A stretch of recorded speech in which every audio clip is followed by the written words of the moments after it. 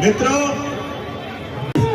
मुर्दाबाद मुर्दाबाद मुर्दाबाद। नीतीश कुमार होश में आओ, होश में आओ, होश में आओ, नीतीश कुमार होश में आओ, होश में आओ, होश में आओ। नीतीश मुर्दाबाद नक्सल से हटाओ, मुर्दाबाद मुर्दाबाद मुर्दाबाद कुर्सी कुमार मुर्दाबाद, मुर्दाबाद मुर्दाबाद। भारतीय जनता पार्टी जिंदाबाद, जिंदाबाद जिंदाबाद भारतीय जनता पार्टी जिंदाबाद। जिंदाबाद।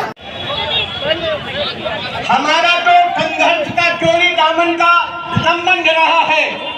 नीतीश कुमार जी, मैं आपको याद दिलाना चाहता हूं कि जब लालू प्रसाद यादव की सरकार थी तो कई मंचों पर मैंने कहा था कि हत्या है, लूट बलात्कार है। याद कीजिए, अभी बहुत से ऐसे राजनीतिक। नीतीश कुमार मुर्दाबाद, नीतीश कुमार मुर्दाबाद, लोकतंत्र का हत्यारा मुर्दाबाद, विश्वासघाती मुर्दाबाद। अहंकार में बहुत बड़ी दास्तान है। ये किसी का नहीं है, ये अपने मनमानी चाहते हैं।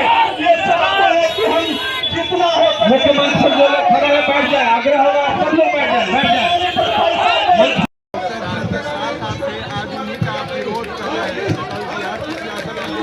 नहीं, उनका विरोध नहीं कर रहे हैं। बिहार की जनता ने एक धोखेबाज लोगों का विरोध कर रही है, धोखेबाज मुख्यमंत्री का विरोध कर रही है।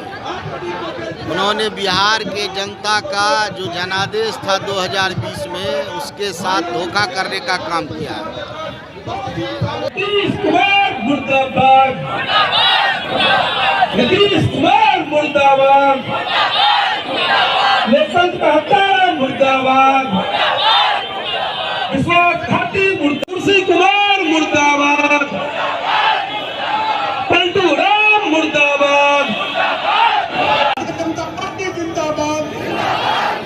नीतीश कुमार मुर्दाबाद,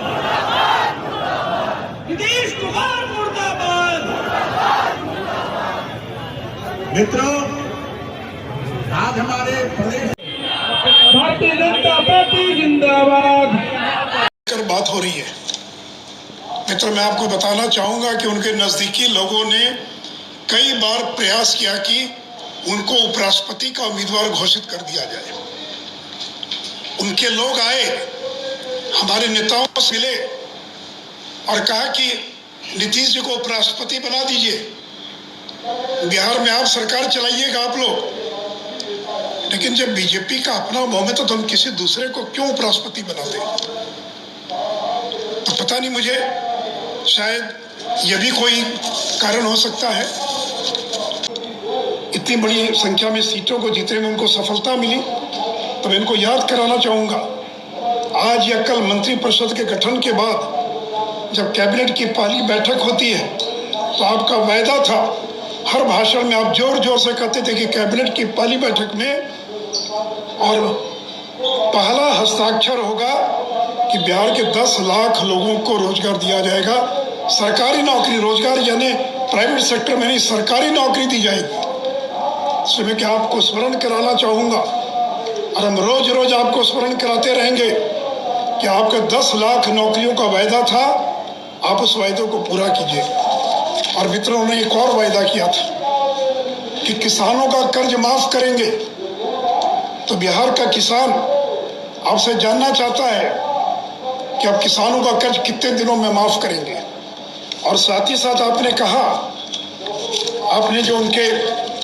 आपने कहा कि आशा कार्यकर्ता, आंगनबाड़ी सेविका, सहायिका, रसोई कर्मियों के मौजूदा मानदेय को दुगना करके और जीविका दीदियों को नियमित वेतन नौकरी उपलब्ध कराई जाएगी। तो जो आशा वर्कर है, आगे ये जो आशा है, आंगनबाड़ी सेविका, सहायिका है, उनके वेतन को, उनके मानदेय को आपने दुगना करने की घोषणा की है। और नियोजित शिक्षकों के बारे में आपने कहा है कि समान काम समान वेतन की नीति लागू की जाएगी। तो इसलिए मित्रों, मैं उम्मीद करता हूं कि आपने जो वायदा किया था उस वायदे के अनुरूप, चूंकि डी फैक्टो चीफ मिनिस्टर तो तेजस्वी यादव है, नीतीश जी तो केवल जिसको टिटुलर हेड कहते हैं वो दिखावे के मुख्यमंत्री होंगे।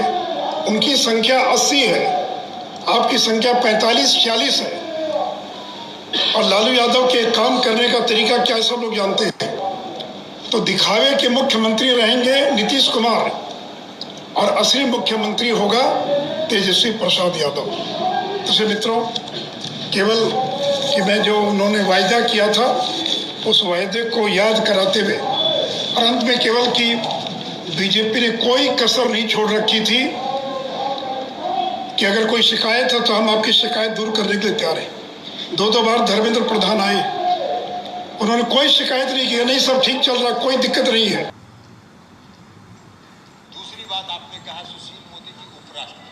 अरे काहे का उपराष्ट्रपति नीतीश कुमार जी? नीतीश कुमार जी को तो पहला दिन जब मीडिया में चला कि राष्ट्रपति के उम्मीदवार हो सकते हैं, उसी दिन मैंने कह दिया था कि नीतीश कुमार राष्ट्रपति के उम्मीदवार नहीं है और नीतीश कुमार राष्ट्रपति कभी नहीं बनेगा। तो उसी दिन कह दिया था। सुशील जी को तो हमने कहा आपको अभी कि सुशील जी बोल रहे हैं, अब वो बेचारे का पुनर्वास हो जाए तो इससे बेहतर हम लोग के लिए खुशी की बात कोई नहीं होगी। यही सब बोल के पुनर्वास हो जाए। एक बार और हम जानते हैं, उसके पहले भी एक बार बहुत भारी वनवास में थे, राज्यसभा में तो नहीं गए थे, तब बिहार में थे। 1 मिनट हरिए ना भाई, उनका जवाब देने दीजिए। अरे उसका पहले जवाब हुआ तो दे दे। अरे सप्लीमेंट्री सवाल अभी पहले मेन जवाब दे देना। अब ऐसे नहीं है, ऐसे नहीं जवाब देते। अभी हम ऐसे नहीं जवाब देते हैं, हमको देने दीजिए। उन्होंने जो बीच में भी वनवास में थे, संजय झा जी गवाह हैं, भारतीय जनता पार्टी के एक नेता जो हम सबों से जिनका बहुत गहरा संबंध है, अरुण जेटली जी, वो अब नहीं है। और अरुण जी ने, हम और संजय झा दोनों थे, अरुण जी ने कहा एक दिन, हम उसमें एनडीए में नहीं थे, हम उसमें महागठबंधन के पथ निर्माण मंत्री थे। और हम गए थे, अरुण जी से जब जाते थे तो हम लोग मिलते थे और वो भी प्रेम से खिलाते थे, कहीं भी ले जाके। तो अरुण जी ने कहा कि यार सुशील अपना दोस्त है, उससे कोई बात नहीं करता है, यहाँ फोन करता है। हमने उसको कुछ दे के उसको फिर से पुनर्स्थापित करने में हमने योगदान किया, हमका बहुत अच्छा काम किया। तो फिर से अभी वो अरुण जी जैसे लोग तो नहीं है, लेकिन अभी सब बयान देने से अगर सुशील जी का पुनर्वास हो जाता है तो हम लोग को पूरी सहानुभूति सुशील जी के साथ है। उसका बैठ लीजिएगा तो उसको भेज देंगे। एक आदमी है, मोनी कहाँ है जी? मोनी को बोला, वो आदमी, वो आपको बता देते हैं, वो आदमी आरसीपी सिंह के घर पर 24 घंटा रहता है। अरे सुनिए ना, बात तो प्लीज शुरू कर लीजिए। 24 घंटा वो आदमी आरसीपी सिंह के घर पर रहता था, दिन में भी और रात में भी।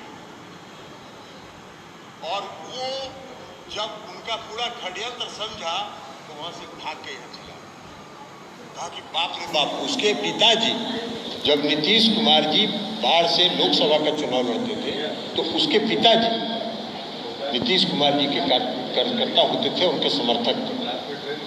लेकिन अब वहाँ जो देखा, कहा कि सर यहाँ तो पूरा षड्यंत्र हो रहा है। रोज रात में एक दिन बीच करके जो भारतीय जनता पार्टी के उसमें प्रभारी थे वो 10 बजे 10:30 बजे रात में आते थे और नीतीश जी को सर 10 बजे रात में आते थे और उनको एगो लिस्ट देते थे और कहते थे कि किसी तरह